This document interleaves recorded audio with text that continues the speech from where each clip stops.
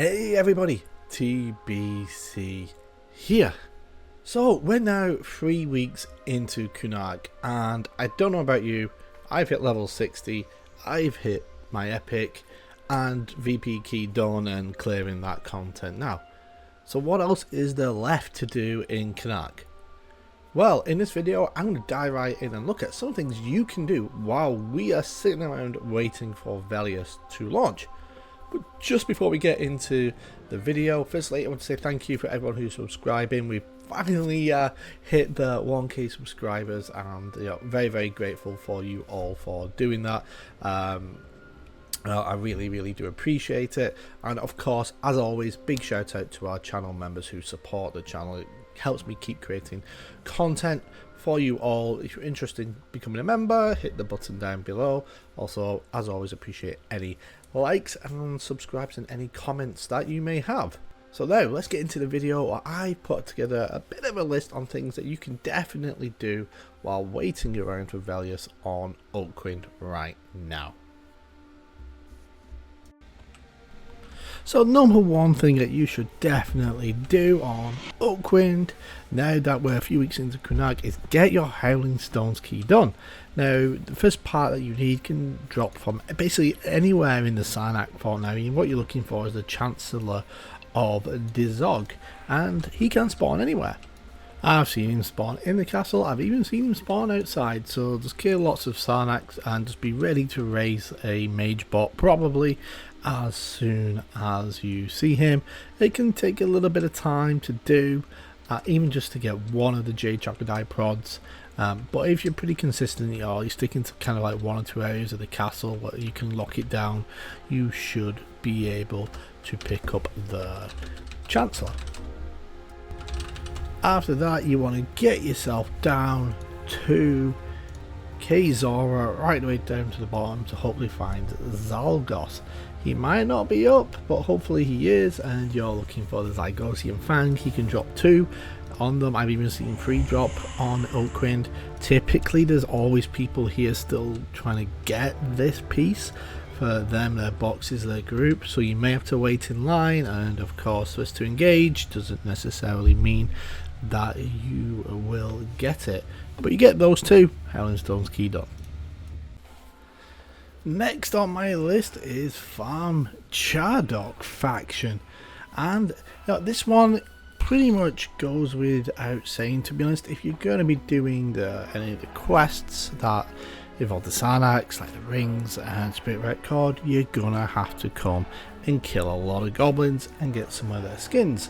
Now you can just come here like I have on my ranger and just beating them down one at a time. Not the most efficient way to do it, but you will get a little tiny faction hit just for killing them. But what we're really after is the Green Goblin skins and the mountain salts. Now it is also number 3 on my list, is actually just farming these Green Goblin skins just to sell if you're in need of some plat. These things are still selling on average for between 20, 15, 20, 25, even sometimes up to 30 plat each. Now extrapolate that out by 100 and you can make some decent plat from these skins still. A lot of people want to get the faction but they don't want to put the work in, and we can take advantage of that. And yeah, so spend a few hours, farm 100, 200 skins and go to the tunnel to sell them. Easy plat. Now one thing I don't have on my list is to get a Circlet of Shadows, because when you come down here you see everything's already dead. And let's see kind of what we are going on. Oh, there's one Necro here at least who must be trying. Oh, and look over here. Oh, that's a mage. Yep, they look. Yep, good luck on there. Maybe you'll get something. Level 60 mage, not wearing much in the way of gear. Oh, what's over here? Oh, another level 60 mage. What are the... Oh, and the same guild as well. They must be competing against each other.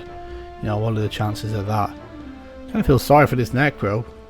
What's up here? Oh, 2 more mages up here as well. Oh, there's a chief corpse here already. Not sure what's going on here, but definitely some active and well played players here. good luck to you if you try this.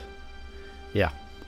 So next on my list is a spirit record. Is a really cool one to do. I'm not going to go through that quest because I've already done it. There's a video, it's linked down below.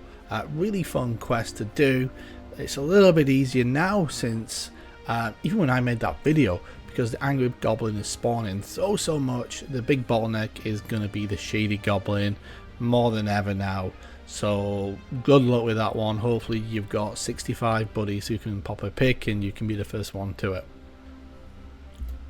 Another thing that I would really suggest you do is to have a look at these Kunark archaeologist quests. Some of them are actually really decent items and actually pretty good fun to do. Yeah, they might not give you an item you'll use every day, it might be more situational, but these quests are actually a lot of fun to do for the most part, or at least will use up some time.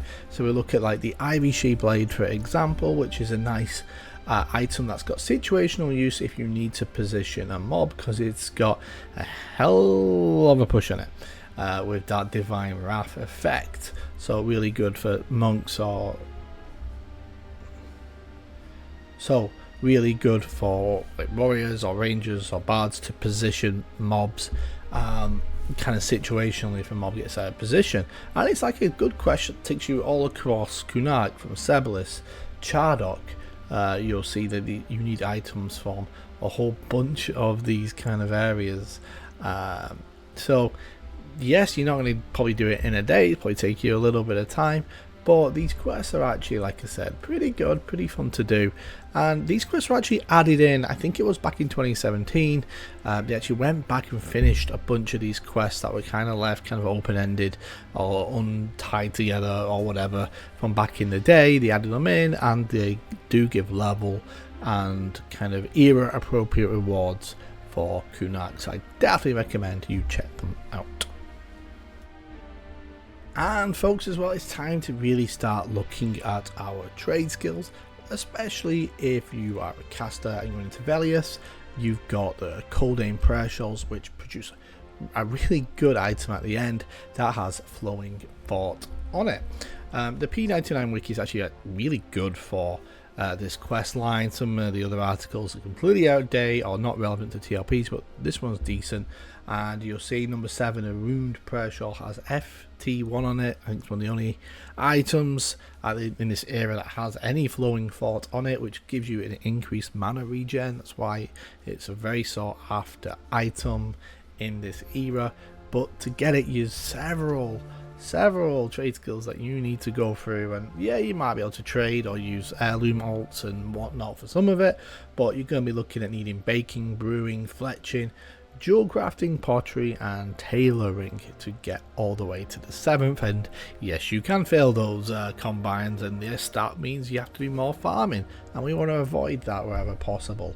So yeah, definitely right now today look at getting those trade skills up. There's some really good guides online that will give you the most straightforward way of doing it.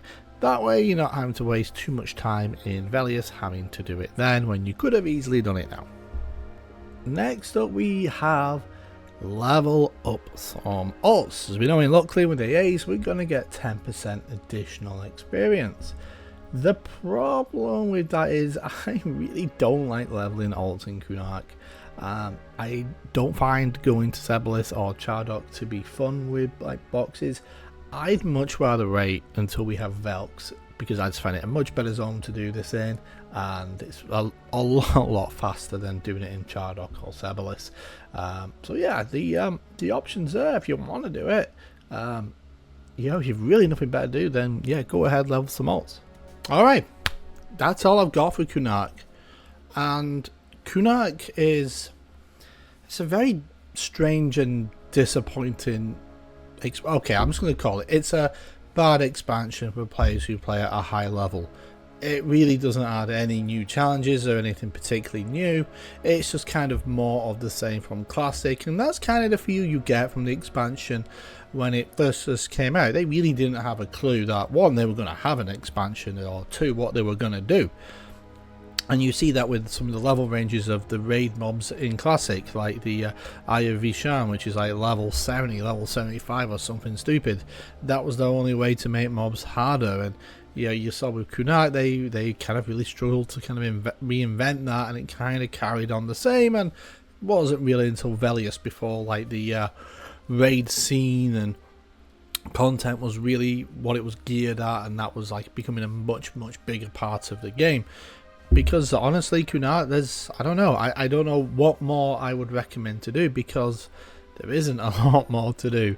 It's a very dull in the TLP's life is when you get kind of mid Kunark towards Velious. It really quietens down. There's fewer people around because you know what, they're alt tabbed and they're playing Baldur's Gate 3. This game's good, and they're logging in only to raid typically, and I suspect that's a much bigger percentage of the population this time around, because again, it's just more of the same. We've done this before, there's nothing particularly new except maybe a little bit of extra loot. And again, I wish they'd gone further with that. I wish it would have been a little bit more braver and given us a bit more than 125%. So Velious is of course coming. It's 5 weeks away now for Oakwynd. We're really looking forward to Velious. It's not really something I've done a lot of content on before Velious, and that is definitely something I am going to look towards too, because Kale is such a big varied zone. There's so much going on in there. Temple of Vishan as well, and that's not even before we even touch Velks, and one of my favourite zones in the whole entire game, the Plane of Mischief. What a fun zone, and again, you can just see the difference already in the content. One, it's Chardock and Velious, and then it's the other, which is Mischief, Velks, TOV, Kale, Skyshine. It's just so different, and there's so much more to do. And personally, I can't wait for Velious. We're really excited. If you're a Pacific time player or late night player interested in playing with a good bunch of folks, then look up our guild. The link is in the description. Other than that, I am the Kunark, and I hope that you have a fantastic day.